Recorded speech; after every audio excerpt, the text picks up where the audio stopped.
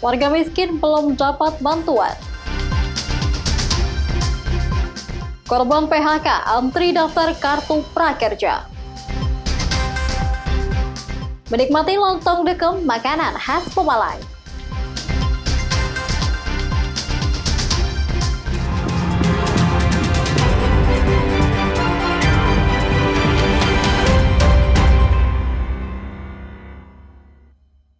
Halo, selamat pagi saudara. Bagaimana kabar Anda? Senang sekali Kompas Pekalongan kembali hadir dengan beragam informasi penting dan menarik, baik dari dalam kota Pekalongan maupun sekitarnya. Nah saudara, selain ketiga informasi tadi, informasi mengenai sepasang suami istri yang merekayasa pencurian di rumahnya sendiri, serta aneka berita lainnya akan mengisi Kompas Pekalongan hari ini. Saya Manisa Putri, inilah Kompas Pekalongan selengkapnya di Kompas TV Independen Terpercaya.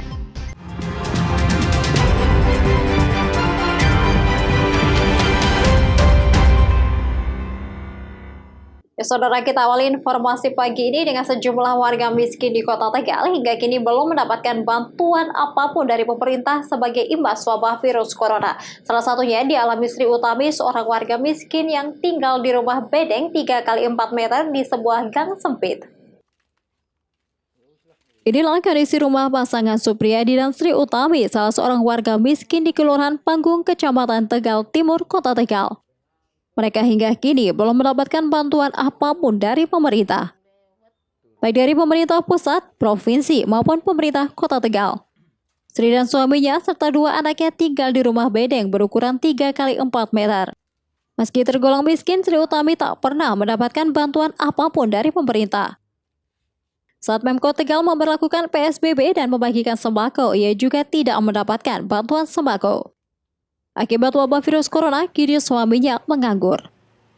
Sejak pandemi corona mewabah, Suryadi, suami Sri yang merupakan buruh serabutan, tak lagi mendapatkan pekerjaan akibat adanya pembatasan beraktivitas. Sri berharap pemerintah dapat memberikan bantuan sembako untuk memenuhi kebutuhan hidup di tengah pandemi virus corona. Enggak dapat apa-apa. PKH dapat? Enggak dapat apa-apa. Yang BLT itu 600.000? Enggak dapat apa. Kenapa Bu kamu dapat? Nggak tahu. Padahal ya udah dihituin semua sih, udah didata itu. Tapi nggak tahu sama sekali, nggak dapat apa-apa. Ketua RT setempat Maksum mengatakan di wilayahnya ada sekitar 59 kepala keluarga yang belum mendapatkan bansos dari pemerintah. Adapun bantuan dari Pemkot Tegal, pihaknya hanya mendapatkan 17 paket sembako, sehingga masih banyak warga yang belum mendapatkan bantuan. Berarti yang dapat bantuan cuma berapa orang? 17. Termasuk saya dua sama anak saya tolak. Alasannya apa Pak? Alasannya ya masyarakat lebih rendah dari saya aja tidak dapat. Saya sebagai RT masa ya enak-enakan nampani. Orang yang membutuhkan tidak dapat. Saya tidak mau tuh. Berarti banyak warga yang protes ke Bapak ya Pak? Banyak, iya. Ini sebelah juga protes sama saya. Yuk kelurahan aja, kita tolak, janganlah. Data yang digunakan Pemkot Tegal untuk penyaluran bantuan sembako masih menggunakan data dari Dinas Sosial yang lama. Padahal Ketua RT setempat memiliki data warga miskin yang lebih mutakhir, namun tidak dilibatkan. Yulia Dianto, Kompas TV, Tegal. Ya saudara, jajaran Polres Pekalongan Kota Polda Jawa Tengah membagikan 100 paket sembako ke Serikat Pekerja Nasional atau SPN Kota Pekalongan Jumat siang. Hal ini dilakukan sebagai bentuk apresiasi kepolisian karena pekerja tidak menggelar aksi demo sebagaimana tahun-tahun sebelumnya guna memutus mata rantai penyebaran virus corona. Biasanya, peringatan Hari Buruh Sedunia atau May Day diperingati dengan menggelar aksi demo oleh para pekerja. Namun, tahun ini di Kota Pekalongan, aksi demo ditiadakan karena adanya penyebaran virus corona. Mengapresiasi hal ini, jajaran Polres Pekalongan Kota mengunjungi kantor Dewan Pimpinan Cabang SPN Kota Pekalongan. Pada kesempatan itu, diserahkan juga sekitar 100 paket sembako dari Polres Pekalongan Kota dan Bayangkari.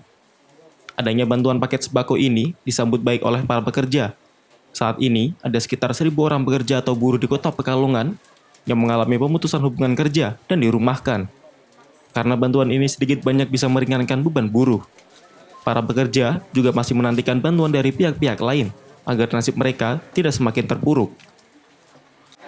mengucapkan banyak terima kasih atas partisipasi dan bantuan dari Polresta Kota Pekalongan yang peduli terhadap buruh korban dari wabah COVID-19 ini.